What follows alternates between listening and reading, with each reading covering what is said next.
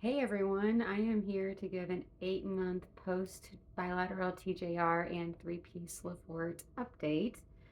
So, I had a little bit of a speed bump about 9 days ago that I'll get into. So, this past month, since the last update, has been about like vigilance and patience and adjusting expectations, and we'll hop right into it. So, pain wise, I was doing great until 9 days ago, and I even went on a beautiful trip with my husband. We went backpacking in an area of the Grand Canyon called Havasupai. It was incredible and a bucket list item for sure. Did great on that trip. We did 45 miles with bags that weigh 45 pounds. So um, that was exciting to see that my body had rehabbed to the point to be able to handle that level of physical exertion. And only half those miles were with the big bags. So let's not give us more credit than we deserve. So once we got back, we got back on a Sunday night, and my first shift was on a Wednesday back at work, and it was a really rough shift. And that was the day my pain started getting noticeable. I was getting a lot of pressure here, and then tension through my muscles here, and then through my joint, primarily on my right, but on my left side as well. And I just figured because it was a really rough shift, I didn't get a break. I had a patient who was aggressive, and so I was probably a little more tense and vigilant. And I had a student, so I was doing a lot of talking. And my next day was Thursday, I was off, and I thought I was going to be better, and I woke up and was just not well. I ended up spending most of the day trying to rest and recuperate, which was, I think, a little triggering for me. I didn't realize that I've been so pain free and having constant reminders of old pain. And it is in different places than it was before, but it was still just this mental spiral of uh, almost being afraid it was too good to be true. All of the past 7 months where I've been getting better and better, and it scared me, which I don't think helped. So I one of the challenges I wasn't expecting after this surgery was almost relearning a new body. We had gotten so good, and you guys the same way. Like, you know what your pain triggers are, what helps when you're starting to get bad, when to catch things early, and it's just something that you've managed for so long. You have a really good handle on. And I feel like I'm kind of going in blind here. I have no idea why my pain spiked. I have about 6 different ideas as to why it could, with a lot of different variables. Um, and I just don't know. So it's been frustrating to try to relearn, but also just a reminder to give myself and a reminder to you to give yourselves grace as you're navigating your body as it heals, because there's going to be all different triggers and all different spots of pain than there were prior to the surgery. So, amongst my list of possible reasons, the first one was right when we got back. I spent 2 straight days of doing chores where I was like pulling weeds, scrubbing carpets, bathing dogs, cleaning bathrooms. So it was a lot of bending over and like manual labor. And I don't know if I strained or irritated my neck, which then radiated into my jaw. Um, Option two, or potentially this was all a perfect storm. We had some stressful situations with a couple of people that I really love and their health and safety. And so I don't know if I got stressed from that. Also, a couple of financial concerns just coming off of vacation, missing work, and my cat got an abscess on her cheek, and my horse had an abscess in her hoof. And so it was just a lot of stuff happening. I don't really know. I'm going to try to figure out obviously what caused everything. I think what I'm doing is clenching at night. I'm fairly certain. So, um, the other thing that I had done was spaced out seeing my chiropractor for adjustments and acupuncture to 4 weeks instead of 3 weeks and 2 weeks. So, there is a lot of variables. I'm seeing her again tomorrow, so I'm really curious to see if she feels anything in my neck or shoulders or face that could be contributing to how I'm feeling. I do very much acknowledge and think that this is a just as much a mental, um, I don't want to say mental game, that doesn't feel right, but there's a mental component about regarding mental strength, processing emotionally. I feel like I have trapped energy in my jaw, so I think that I'm going to do a lot of work, journaling, reflecting. Um, the other thing that came up was I started having swelling and pain right here above. my incision that stopped about here, and it was a little bit higher. I noticed that 8 days ago, and then over the weekend it got worse. So I had messaged a picture to Mallory, Dr. Movahed's nurse in the office, and she was very quick to respond and thought that it looked like a suture that was trying to come out. But over the weekend, it started to demonstrate signs of infection. Okay, my kitty's rubbing up on my phone. It started to show signs of infection. So even though it was a Saturday, I was at work. I sent Dr. Movahed, Mika. I sent Dr. Movahed a photo, and within 5 minutes, he'd responded and gave me instructions, including a script for antibiotics. So I think my lesson the past 9 days has been perhaps I had poor expectations that as soon as I heal from this surgery completely, that I can like close the chapter on this book and move on and almost forget about the past 17 years of pain and everything that went along with it.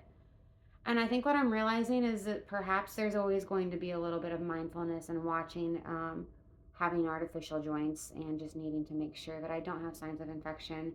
I just wasn't expecting a pain flare up like this or an infection, which again, guys, superficial infection. It was right in the skin and it's already getting better. I can post photos on my Facebook page.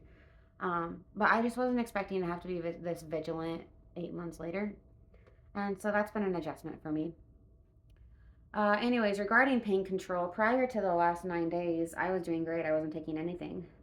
I did take ibuprofen in the morning and night on our backpacking trip just because I'm going to be sore from trips like that, anyways, with all of the manual labor and carrying a heavy bag. I also took tizanidine in the mornings to help with muscle relaxation. That helped a lot. Rehab wise, I got great news. I was graduated from physical therapy, and so I am not going to see her anymore. She's just there if I need her. So that's one less appointment that I'm doing, and my opening increased from 40 millimeters to 42 millimeters, despite stopping all of my physical therapy. So that's neat to see that just my daily life is increasing to provide opportunity for my jaw to heal and rehab. I am starting to do myofunctional therapy more frequently.